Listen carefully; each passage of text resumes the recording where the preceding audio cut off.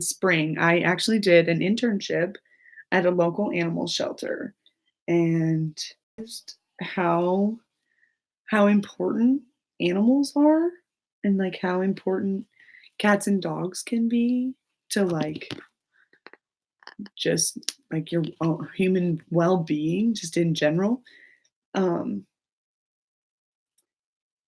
and I can't have a cat currently, so I'm in college and can't have animals in the dorms, or in the houses, but it's just such a, like, amazing experience to see all these animals that, like, were either strays or got, um, returned to the animal shelter or dropped off at the animal shelter for a number of different reasons, but it's just, incredible, like, these beings go through or, like, have so much, adversity thrown their way, and they just don't care. Like, they will most of them will love you no matter what, like, regardless of what you do to them, and to be such, like, a pure being like that, it's incredible. Now, I know some people are not fans of cats because they're mean and they're bitter, and I don't disagree with those things, um, but I do think that they're just more solitary than dogs. They don't wanna be bothered by, um, too many other too many other outside things, and I mean, just like a person, some people are introverts and some people are extroverts, and I would say that there are quite a few cats that are extroverts and, like, want to snuggle and want to hang out, but, you just have to respect what they want, and, I mean, you're not always gonna have a snuggly animal, just like you're not always gonna be a snuggly human. Not that humans are all that snuggly anyway, but yeah. But there was this cat named at the shelter at the time that I was there named Acorn. Oh my gosh, you guys.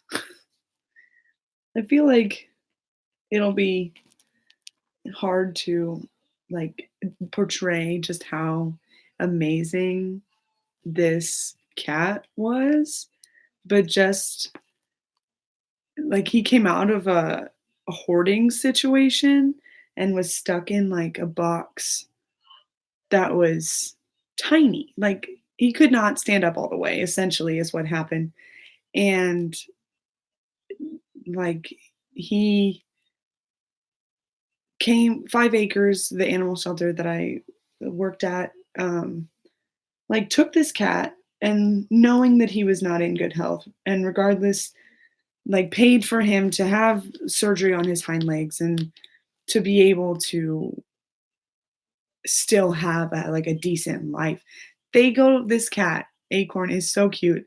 They go to therapy, like, once a week. He does, like, water treadmill, like, that kinda stuff. I don't You can't find that anywhere else. Animals are truly amazing beings, and the way some people decide that it's okay to treat them is absolutely absurd in my mind. Um, they also had a few dogs from, like, dog fighting rings. And, like, why? Where do you find enjoyment in that? How can you find any enjoyment in watching 2 other creatures just be terrible to each other for no reason? Like, for nothing that they don't want to. It's just, like, I don't know.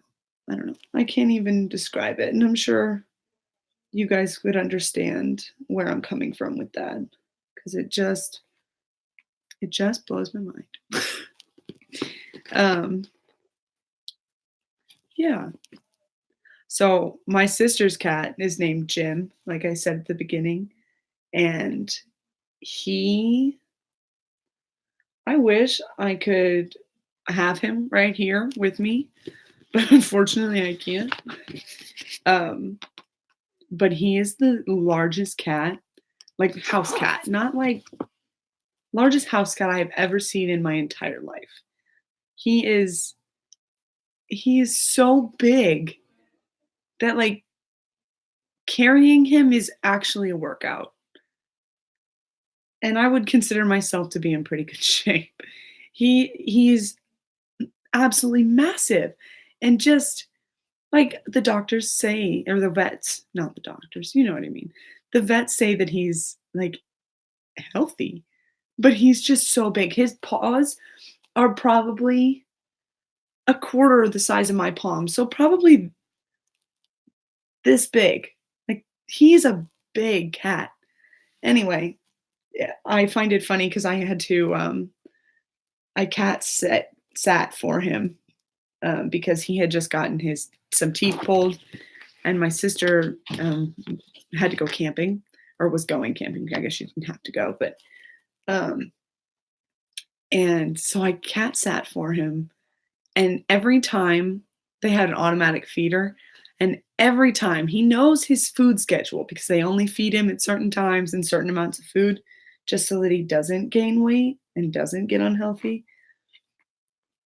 But it would be like 2 minutes until 5 o'clock, which is when they feed him dinner, and he he'd be sitting by the bowl waiting for it to turn and waiting and waiting, like, for the food. He knows, like, the internal clock in his body knows that it's time to eat, and he does not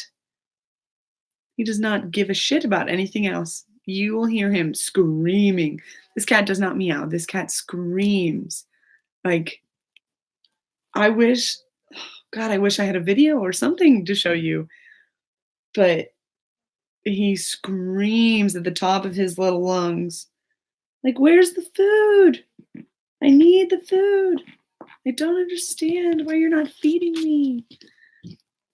And he cracks me up. He also really likes to be included in things. So, like, whenever my sister and I play games, we have, some favorites. We like, um, code names, and we played Jenga the other day. Um, but, like, anytime we play a game, he's got to be on the game board or right next to us or sitting on the table with the game. Like, it he's just absolutely ridiculous. And, like, that's the side of cats that I wish more people would be able to see, is just, like, some cats want to be included and some cats want to snuggle with you. It just may not be all the time. And yeah, he's moody, most certainly. He's a moody cat, but he doesn't really claw. He's not like an aggressive cat, if I could put a word to that, I suppose. He's Yeah, he's pretty good cat. I would just have to tone down the screaming. He also screams at 7 in the morning whenever they feed him breakfast. So if it's a weekend and it's 7 in the morning, you're getting up regardless because that cat does not know how to be quiet and respect the sleep of humans. um, yeah, but he's sweet. He's a orange tabby, but like I said, big he's a big orange tabby. He's a big cat. Yeah. Anyway, so this is where I'm at on my cat book, my sticker book. I'm struggling to find this one, but we'll find it eventually, slowly but surely. Um, I wish that this was more well known. I find this sticker book to be an incredible source of stress relief, and right now it's super calming. I'm finding myself very relaxed by it. Um, and I something I definitely needed. I have been just absurdly stressed recently. Um, yeah, it's been crazy. School's been actually pretty okay, but I play volleyball, and it It has been nuts recently. I haven't left the gym until 8:30 2 nights in a row, purely because people don't seem to understand that, like, wanting to be on a team is completely different than wanting to win, if that makes sense. I am and being one of, like, the captains on the team, it's, like, falls on, like, me and my other 3 captains to, like, figure something out, and getting 24 people on the same page, it's it's very difficult, you know? And I can't say that I don't think we realized that these were the issues that we had, like, last year, but this year it's just been way more noticeable. People aren't, like, okay with just saying, like, "Yeah, my bad." It's, "No, I excuse, excuse, excuse." Like, what's wrong with just saying, "My bad. Okay, I got it." Like, be a good person, would you? Because you make a lot of people's lives more difficult by just not accepting your role and not accepting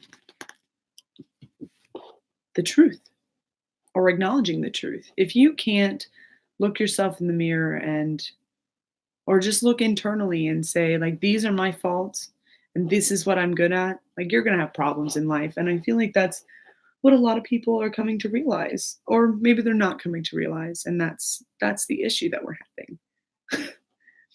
But yeah, we practiced for the first time this week, um, because we got kicked out of the gym the other day, and because we had to have a conversation yesterday. So today was the first day we practiced. We have to leave and play a game tomorrow. Kind of excited about that. Not sure what that's going to hold for us, but practice actually went pretty well today. So I'm still stressed, but less so. And I'm hoping things turn around for the better just because of this, like, conversation that we had. Do I think it'll change everything? Absolutely not. Do I hope that it changes everything? Almost certainly. But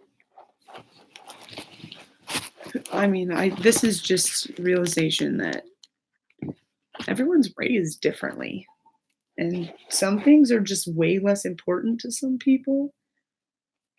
And I will never be one of those parents that tells a child that they are good at something that they're not. And I think that's maybe what some people were told, or that they told they're so good. And they may be good, but, like, you have to you have to learn and teach people to be humble. And if you can't do that, well then I don't I don't think there's any business.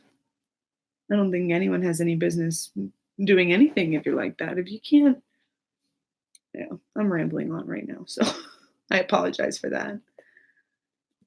But yeah. And another thing is just having any kind of thick skin. Like, if you can't take being criticized by a coach or like a boss in the workplace, like, you will never survive. And I mean, I guess if you're the boss, you don't have to worry about that. So, I mean, more power to you. But if I don't know, if you can't handle being yelled at, sports are probably not the place for you. And I think that's something that you get used to a little bit. Not that, I mean, you shouldn't get, I don't know. You shouldn't learn to take everything, but you gotta toughen up a little bit sometimes. There are times for being tough, and there are times for acknowledging your pain. I don't know. Teams are a complicated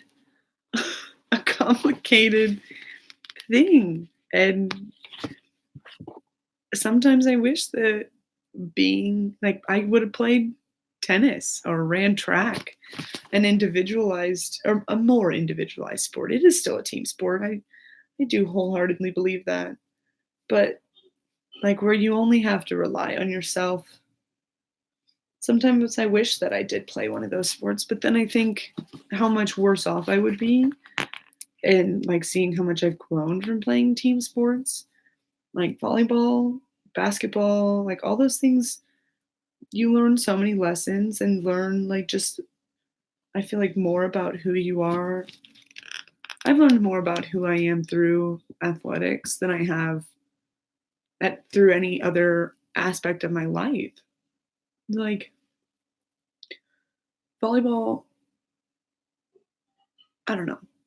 Athletics has shown me that being a leader is more than just being good and more than just telling people what to do. It requires a delicacy and just like an incredible balance of like this is what my teammates are saying and this is what my coaches are saying and this is what we're doing together.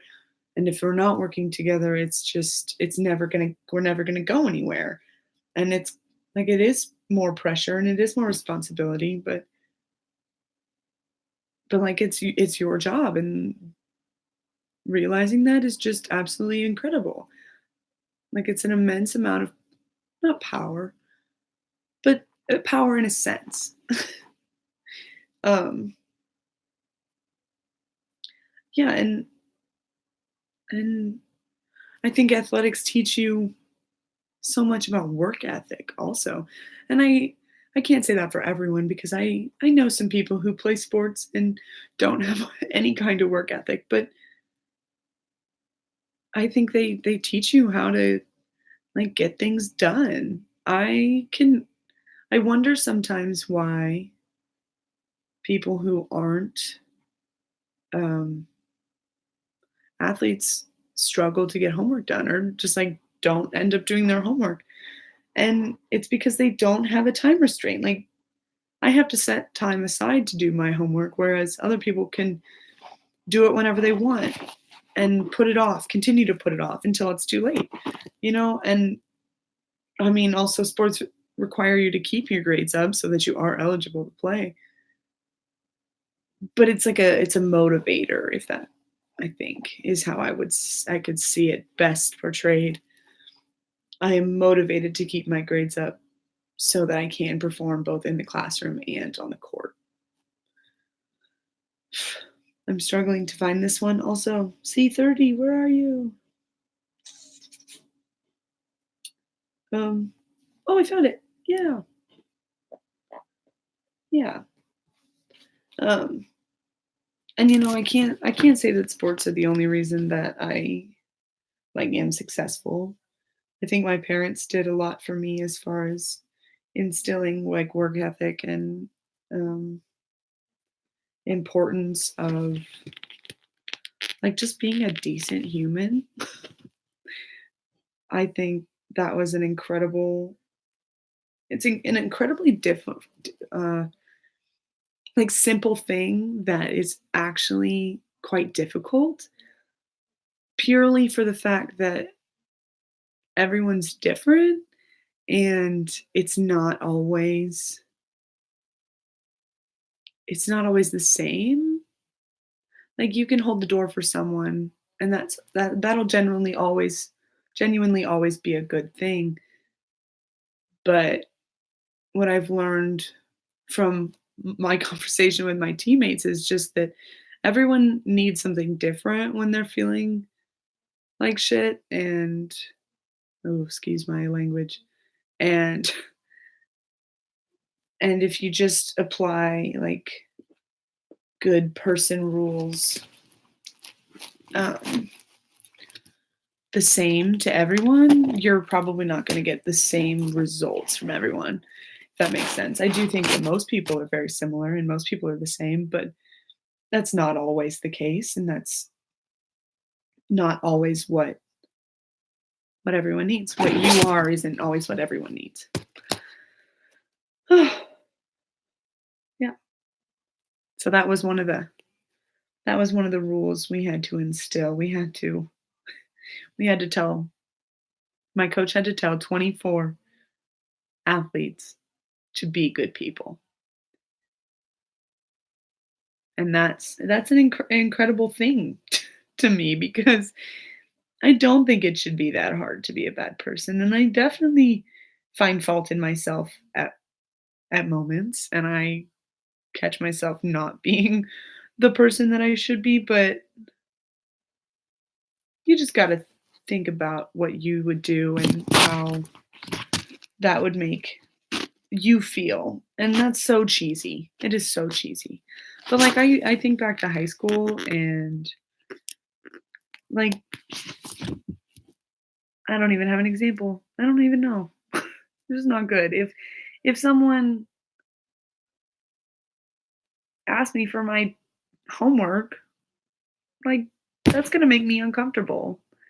Like, so why does that give me that should show me that me asking for the same thing would never be an okay idea, I guess, is where I'm going with this. But yeah,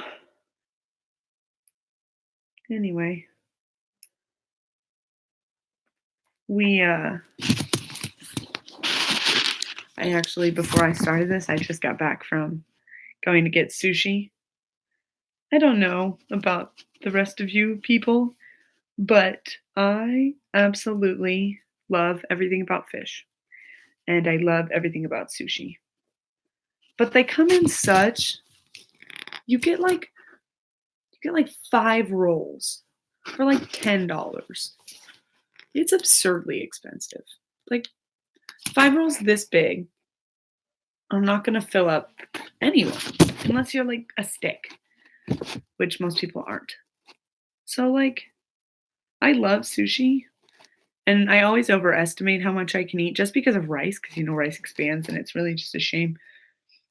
But I wish fish and and sushi was just cheaper or more abundant. One of the two. You know, I guess I can't have both and you can't always get what you want. Excuse me, but if I could have something, it would be cheaper sushi. Anyway, but while we were at this sushi place, I um mentioned to one of my friends that I had to do this and she was like or that I was going to do this and she was like, "I don't even know what that means." And so whenever we got home, she came in here and she was like helping me try to figure everything out. And she was like, I wish that I could help you, but I can't. And I was like, you know what? Sometimes I wish I could help myself, but I can't. That makes sense. It doesn't. I'm just talking at this point. Oh yikes! This is this is good. I'm getting closer to the end of my mural. I actually have quite a few stickers left, but we're getting closer. There's a little rat in this one. I kind of find it cute. My favorite one is this one. This is my favorite one that I've ever done because it reminds me of those posters that are like hang in there and it's this sad and depressed like looking cat that's just like he is right here holding on to like a string. And it cracks me up because I like that's supposed to be a motivational poster or like an encouraging sort of poster and all that makes me want to do is do the opposite. Like that poor cat is hanging by a rope with no one to save him currently. Him or her, I should say. And I don't know. It cracks me up. It really does. It really does.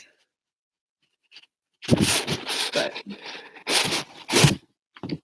yeah. And what else is going on? I'm trying to think what else I'm doing. Oh, I bought, good for me, I bought a plane ticket recently. I will be traveling for the first time on my own out of the country. And I've never been more excited for something in my entire life. Like I cannot wait to get on that plane and go. And I'm actually quite nervous about it, just because I mean I'm going out of the country and I'll have no mother or sister to assist me in my planning or my getting around or just like safety in general, I suppose. But I'm not going anywhere dangerous. Um, it's just like a little crazy that I'm finally doing this like by myself, and I'm thrilled. I really encourage everyone to do it. It's kind of an adrenaline rush. I went out of the country for the first time to visit my sister who was studying abroad in Morocco. Okay, tell me, you can't tell me, but think about this. If you've never thought about going to Morocco, you are missing out on a whole world that is incredible and beautiful and amazing. We went to a city called Chefchaouen, which they call the Blue City, and literally the buildings are blue, like painted blue. I just changed the background on my computer to a photo of my trip, and I want to go back. we saw I saw so many. We always get back on the topic of cats, and that blows my mind. But we saw so many cats, which was kind of sad because none of them like actually had owners. But like they were still living good lives, you know. People were feeding them and things. Um, but we saw so many cats, and I got to ride a camel. Like, if you ever get to do that, oh my god, please, I'm asking you to do it for me. Ride a camel. It was awesome. And we got to, what else did we do? We went shopping a lot. They have lots of open air markets, which was super cool. Their mint tea. I don't know if you like mint. I don't know if you like tea, but this mint tea was so good. Like that's the thing I probably miss most from that country was the mint tea. And I mean the sights also. We went to a place called Fez and we took a tour of a tannery, which is like where they tan leather. And so like I guess it's not always leather. Well, yeah, it is. Cowhide and pig hide and camel hide. Like it has to sit in a like limestone, like bath and to draw out the old color and then it sits in like you can like in different dyes to change the color of it. So it's not like artificially done. I mean, it is artificial, but it's not just like spray painted green. It's actually like it takes like a month to get like for this process to occur. And just to be like to be able to see that firsthand, like in these people who actually do that, it was so cool. And I kind of wish I had gotten to like fully experience it and like maybe get to try it, but it is a little bit dangerous just because of like the lime is not always good for like your skin and things. Um, but I got a bag that was actually camel, which is kind of sad because I did ride a camel, but it was also like pretty incredible. Um, just because, you know. What else did we do? We went to Fez and Chefchaouen, and um, we went to Marrakesh, and I got to eat a, gosh, I can't think of what it's called right now, but it's like fried potatoes on bread with like marinara, like not marinara sauce, but a version of marinara sauce. And oh my gosh, It was the best thing I have ever eaten, and if I think it's what it's called, I will tell you because I want everyone to know and I want everyone to try it because it was a delicious, delicious snack. Yeah. So so definitely consider going to Morocco. Definitely consider buying a plane ticket just because why not? Like, what's stopping you? Money, money, time. I do think those are reasonable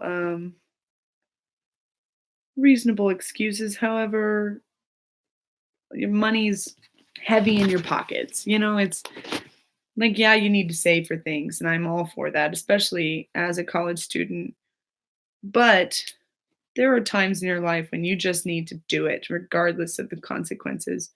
And that's kind of what I did. Throw caution to the wind, buy a plane ticket, let's go somewhere.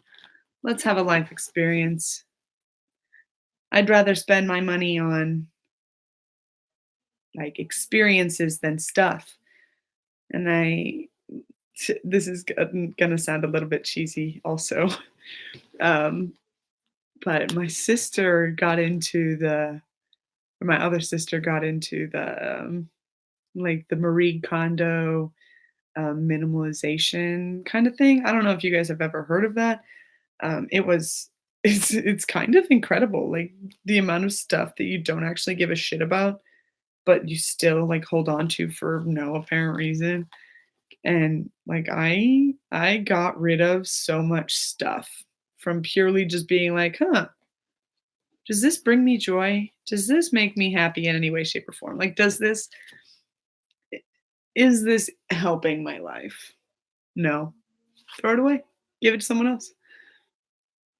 Other people will appreciate your things way more than, or not all of your things. Other people will appreciate what you don't want more than you will. And I think that in itself is a powerful message that, like, get rid of your shit. And if you're going to buy something, make sure that it's going to be worthwhile. Don't just buy it to buy it because where does stuff go when you die? You can't take it with you. Yeah. But so, anyway, buy a plane ticket, go somewhere. And if you don't have time, well, I I feel bad for you. However, I think it's important to make time. Make time for life experiences and make time for um, yourself, essentially. And if you don't have to go by yourself, I'm sure um, like family and everything else is important. I mean, obviously it's important, but like those things do happen. But like if you give, I think giving someone else and yourself an experience is so powerful and will keep like memories keep a lot longer than things do. So when I was like 12, let's go back in the past. When I was like 12, my parents took me and my siblings on a trip to, we did the Grand Canyon, we did Bryce Canyon. Oh, look, the Grand Canyon. Yeah, we went to the Grand Canyon. We went to um, Bryce Canyon, we went to Zion, we went to Arches. We did like a whole bunch of national and state parks around that area in Arizona, and did like the Four Corners where all the four states meet. That was super cool. Um, but like I was a huge fan of horses whenever I was little. Gosh, throwback. And so my parents, we did a horseback tour down to the bottom of the Grand Canyon, and like that is such a memory.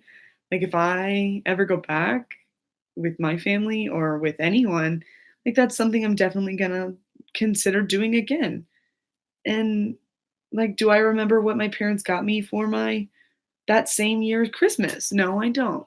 Because it was probably something I wanted at the time, but didn't continue to like do anything for me.